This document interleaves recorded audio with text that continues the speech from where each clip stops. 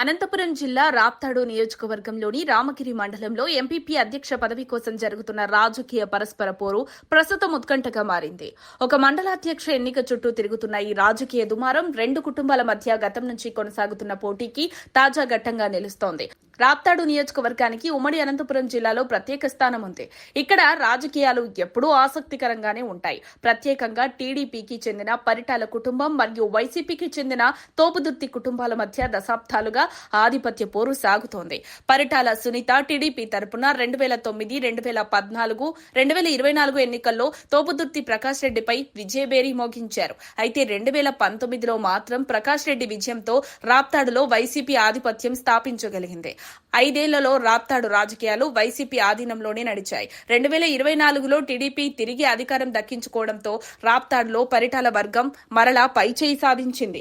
విశేషంగా ఓ ఇంటర్వ్యూలో పరిటాల కుటుంబం గెలిస్తే మీసం తీసేస్తా అని సవాల్ చేసిన ప్రకాష్ రెడ్డి ఓటమి తర్వాత మీసం తీయకపోగా పైగా మాట మార్చడంపై ప్రజలు సోషల్ మీడియాలో ట్రోల్స్ లో విరుచుకుపడ్డారు. రామగిరి ఎంపీపీ మరణంతో కొత్త అధ్యక్షుడిని ఎన్నుకోవాల్సిన అవసరం వచ్చింది. మార్చి 27, 28 తేదీల్లో ఎన్నికల నోటిఫికేషన్ జారీ చేయడంతో ఎన్నికలు మరోసారి రాజకీయ వేడి పెంచాయి. వైసీపీ, టీడీపీ కార్యకర్తల మధ్య ఘర్షణలు, కేసులు నమోదు కావడం, ఎంపీటీసీలను తరలించడం వంటి సంఘటనలు ఉత్కంఠను పెంచాయి. టీడీపీ నేతలు, వైసీపీ నాయకులు తమ ఎంపీటీసీలను కిడ్నాప్ చేశారంటూ ఆరోపించగా వైసీపీ మాత్రం వారిని క్యాంపుకు తరలించామని వీడియోలు విడుదల చేసింది. ఎంపీటీసీలను కర్ణాటక బాగేపల్లిలో ఉంచి ఎన్నిక రోజు తీసుకురావాలని వైసీపీ ప్లాన్ చేసినా పోలీసులు గడువు మించి వచ్చారంటూ వారిని వెనక్కు పంపించారు. వైసీపీకి చెందిన మహిళా ఎంపీటీసీ ఒకరిని టీడీపీ వర్గం తమ పక్షానికి మార్చగా ఆపై ఆమె తిరిగి వైసీపీలో చేరి తనపై ఒత్తిడి తెచ్చారని చెప్పడంతో మరోసారి రాజకీయ దుమారం రేగింది.